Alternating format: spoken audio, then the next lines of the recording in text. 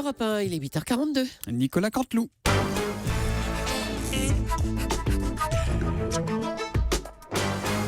C'est presque de l'info, c'est la revue de presque de Nicolas Canteloup.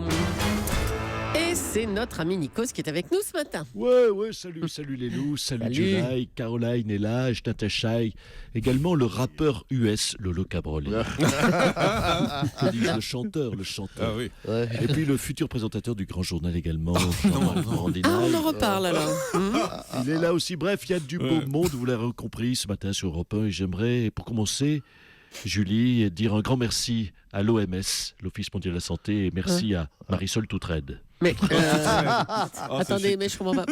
Pourquoi vous voulez les remercier ? Écoute, ma Julie, c'est tout simple. L'OMS a recommandé aux femmes enceintes ou qui ont un projet de bébé de ne pas aller au Brésil. Mais du coup, nous les hommes, les maris, on a une excuse en or pour partir au Brésil sans nos femmes. Ah, oui. Ouais, yes, non, oui, ouais. Tous les mecs peuvent dire à leur compagne, mais écoute, je t'aurais bien amené au Brésil, chérie, mais c'est pas prudent. Allez, bisous, chérie. À dans 15 jours. Voilà, tiens. Merci, Marisol Toutrade. Allez, un mot des invités du week-end, oui, Nikos, vous allez recevoir Xavier Demoulin pour son livre Charles Draper, c'est ça, Michel Simès pour un livre Vivre mieux et plus longtemps, et Lambert Wilson pour deux lives. Il va chanter donc, Lambert Wilson. Voilà, Lambert Wilson va chanter. Il vient pour deux lives. Tiens, sans réfléchir là, comme ça, Thomas, citez-moi 2 chansons connues de Lambert Wilson. Yes, oui, belle promo pour Lambert. D'où l'intérêt de découvrir ces chansons. Ah oui. Voilà. Et saluons également l'excellent titre du livre de Michel Simès. Donc je rappelle le titre, Vivre mieux et plus longtemps. C'est un super titre. Parce qu'il aurait appelé Vivre moins longtemps et mal. Je sais pas ce que t'en penses, Jean-Marc, mais c'était moins vendeur. C'est clair, je confirme. Allez, on vous écoute pour les titres. Nikos. Choc de simplification des socialistes. Il marche ce choc de simplification. Et oui, hier vous l'avez vu dans l'émission de David Pujadas, des paroles et du blabla, Nicolas Sarkozy a débattu tout seul. Tous les socialistes il l'a rappelé lourdement, ayant décliné l'invitation. Du coup, ça a vraiment simplifié les choses. C'est une vraie simplification, ça simplifie tout. Nicolas Sarkozy est tombé plusieurs fois, d'ailleurs, d'accord avec lui, vu qu'il était tout seul. C'est pas une mauvaise idée, finalement, ce débat seul. Bravo la gauche, ouais. Mieux que rien, oui, c'est le sujet du jour, c'est la réforme de l'orthographe et la suppression de l'accent circonflexe. Voilà, ça y est. Ça y est.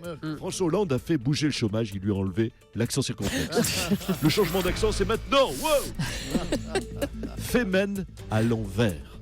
Hier, vous le savez, des agriculteurs se sont mis en caleçon devant qui ? Devant le ministre de l'Agriculture, Stéphane Le Foll. Oui, quand même.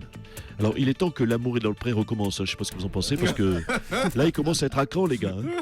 Remettez vos frocs, les agriculteurs. C'est Stéphane Le Foll, pas Stéphane La Folle. Allez, oui. Mort célèbre, et oui, on l'a dit, après David Bowie, après Michel Delpech, c'est l'accent circonflexe qui vient de nous quitter. Tout le monde est sous le choc, sauf Nabila qui ne savait pas qu'il existait. Et puis, il s'est pris un râteau, notre président. Oui, Nicolas Hulot a refusé la proposition de François Hollande d'un ministère de l'écologie élargi aux fonctions régaliennes. Pauvre Ségolène Royal, même célibataire, François Hollande arrive encore à la faire cocu.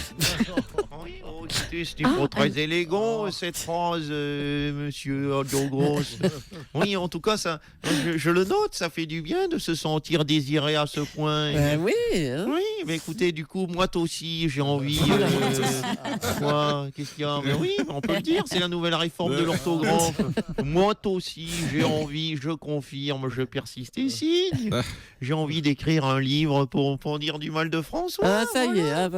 Ben oui, ça fait ça tout le monde en ce moment. C'est cette envie d'écrire des saloperies sur François. C'est une sorte d'épidémie. Allez, bonne journée, Ségolène Royal. Les autorités sanitaires américaines ont annoncé le premier cas de virus Zika transmis par contact sexuel. Bonjour, Michel Simès. Bonjour, Marina.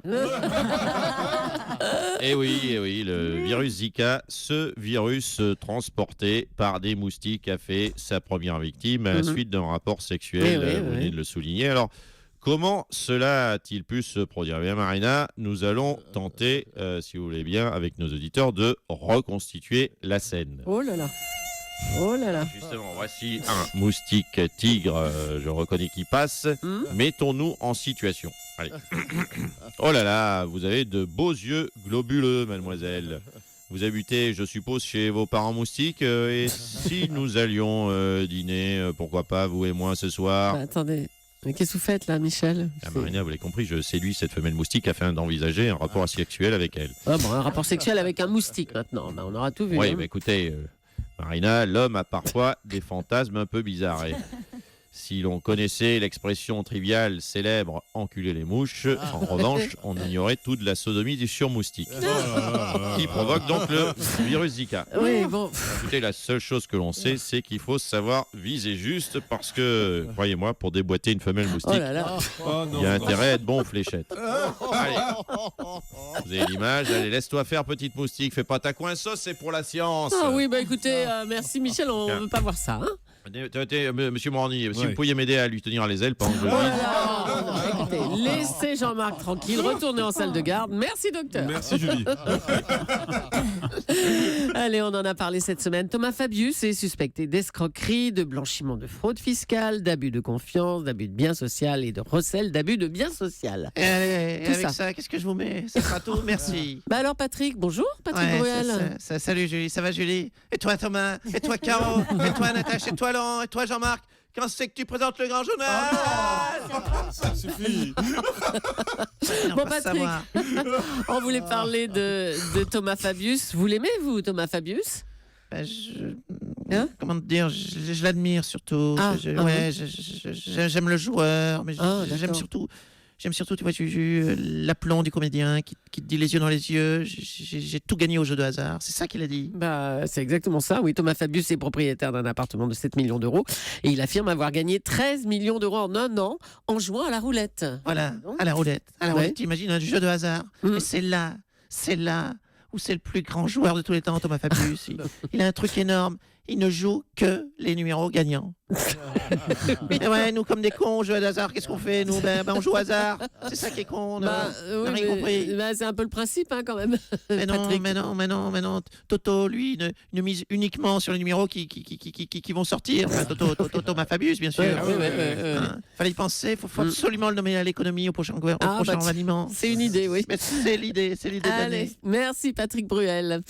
Nicolas Hulot a donc refusé l'offre de François Hollande d'un super ministère de l'écologie. On va retrouver tout de suite Nicolas pour un nouveau numéro d'Ushuaïa. Mesdames, Messieurs, bonsoir. Bonjour plus exactement. Bienvenue dans Ushuaïa ministériel. Je suis actuellement à bord de mon ULM non polluant où je survole actuellement un magnifique panier de crabes. Crabes socialistes, crabes qui ont la spécificité de dégager un venin paralysant qui rend tout membre du gouvernement engourdi, mou et lent. Donc Nicolas, vous ne plongez pas, vous? Tout à fait. Je ne veux pas me mouiller en 2016 comme j'avais déjà renoncé à me mouiller en 2012 et 2007. Je me prépare pour être fin prêt pour en voir la trouille en 2022, pardonnez-moi, afin d'être opérationnel pour un renoncement en 2027. Voilà. Je reste perché là-haut. Ça a toujours été ma spécialité, le deltaplane. Mon truc, survoler les sujets. Ah, c'est donc ça. Merci Nicolas Hulot. Mais quand même, on a appris donc la disparition de Boris White, le leader de Earth, Wind & Fire. Et moi, je voulais savoir si ça vous parle, mon cher Nicolas Barré, de Earth, Wind & Fire. Et comment, Thomas? Vu mes capacités naturelles pour la danse et le grand écart facial, c'est vrai que j'ai longtemps hésité, Thomas, entre le disco et l'économie. Mais j'ai pas de mérite. Vous savez, nous les métis, on est doués pour groover, vous savez, pour bouger, pour swinguer. Mais vous savez, Thomas, j'ai longtemps été batteur dans un... Pardon. J'ai encore éternué sur ma feuille. J'ai longtemps été batteur dans un groupe de funk. Ah bon? Oui, enfin, je disais, j'étais batteur, malheureusement, ça ne m'a pas trop aidé avec les filles. Elles me voyaient pas derrière la batterie. Comme Nicolas Barré. Elles voyaient que les baguettes. Merci beaucoup Nicolas Canteloup, qu'on retrouve lundi en direct à 8h40 pour la revue de presse. Et à 12h50 dans Europe Midi avec Jean-Michel Apathy et Maxime Switek.